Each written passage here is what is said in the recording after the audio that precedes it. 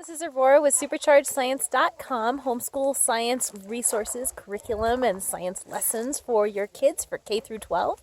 This is day 7 of our going across the country, exploring different areas, doing hands-on science as we go.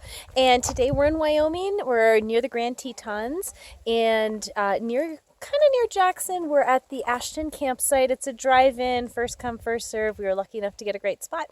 We just finished making dinner and making s'mores, and there's Lake Jackson is just down this little road here, and it's super fun, and we're having a great time with our family.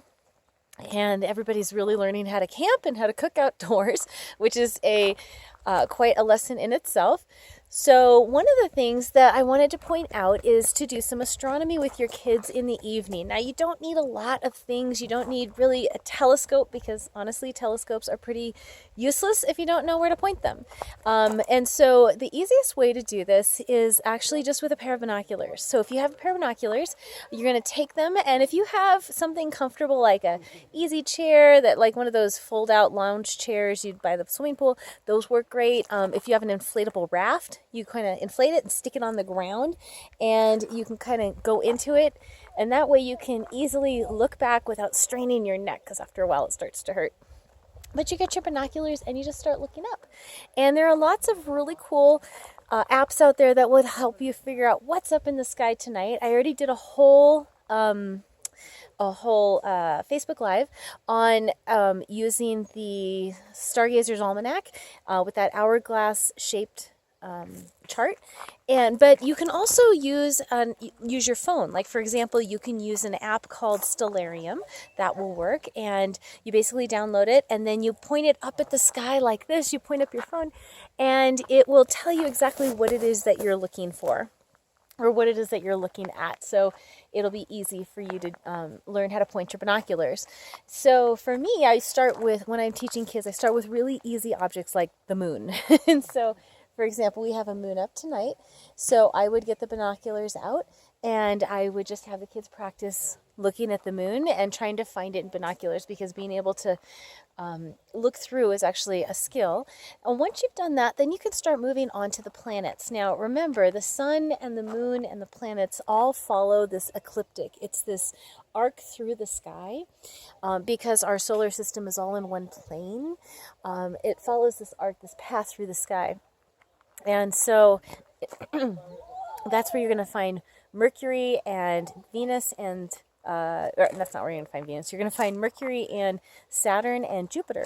And all three of those are visible on a dark sky, and you can look at them with binoculars. And Jupiter, for example, right now it's July in the northern hemisphere, so Jupiter is already up. As soon as the stars start coming out, if you look almost straight above your head around 10 o'clock at night, you will see Jupiter. It'll be a star that doesn't twinkle. It's like a steady flashlight, and so you'll want to point your binoculars at that.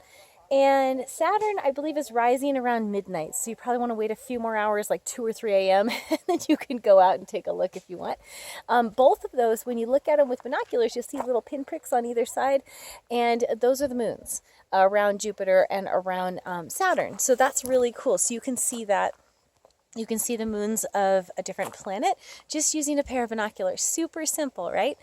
And so eventually you're going to learn how to star hop, which means you'll go to a star that you know, or an object that you know in the case of a moon, or in case of a planet, and then you can hop over, for example. It's tricky to use planets because planets are constantly moving each night. Well, everything's moving, but they change position each night. And so what you want to do is star hop from one star to another that you know.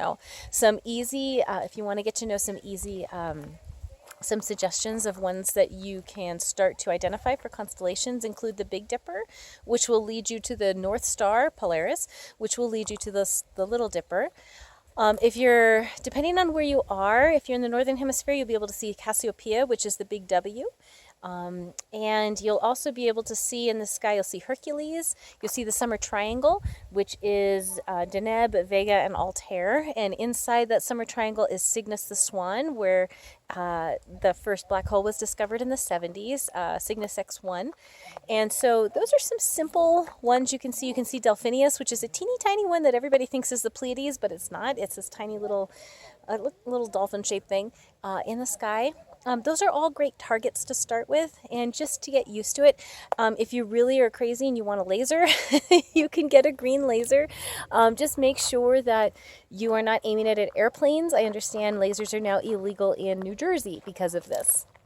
And so you can use a green laser to help you point out stars to your kids as well. Just make sure it's not something that they play with. Lasers that are green tend to do more eye damage than the ones that are red. So just keep that in mind. That's why astronomers typically use green. The reason you can see the beam on the green ones and not the red ones is because your eyes are tuned for green. And so it's just the way we're built.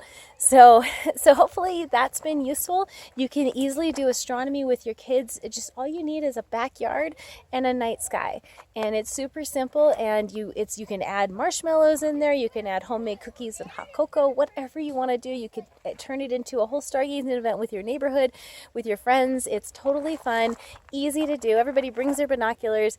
And I also want to encourage you to look at your local astronomy clubs, because they are across the country, and there's a certain website you can go to look up to see if your city, or where your city's local stargazing events are held. And so that's another good resource for you as well. Now, if you are a member of my online science program, simply go to Unit 7 in eScience, and there is I think 180 lessons or so, something like that, 170, 180 lessons just in astronomy. And it's all hands-on. It's how to look at the sun safely. You're building like 4 different types of sundials. You're building all kinds of like solar systems. You're doubling the size of the sun, seeing what happens to the planets. You're trying to design your own solar system. There's a ton of hands-on experiments that you can do that scientists really do. Like, for example, when you're designing your own solar system, it's actual real hardcore physics that are in there that are doing the projections of the paths and the velocity and acceleration of the different planets based on mass. So it's super fun. Now, if you're interested in becoming a member, it's super simple. You just simply go to superchargedscience.com/easy. Like, wow, that was so easy. And I will take care of teaching your kids science all year long. So I hope that you enjoy the outdoors with your kids, and that you look forward to having a beautiful summer. I look forward to seeing you soon. Take care.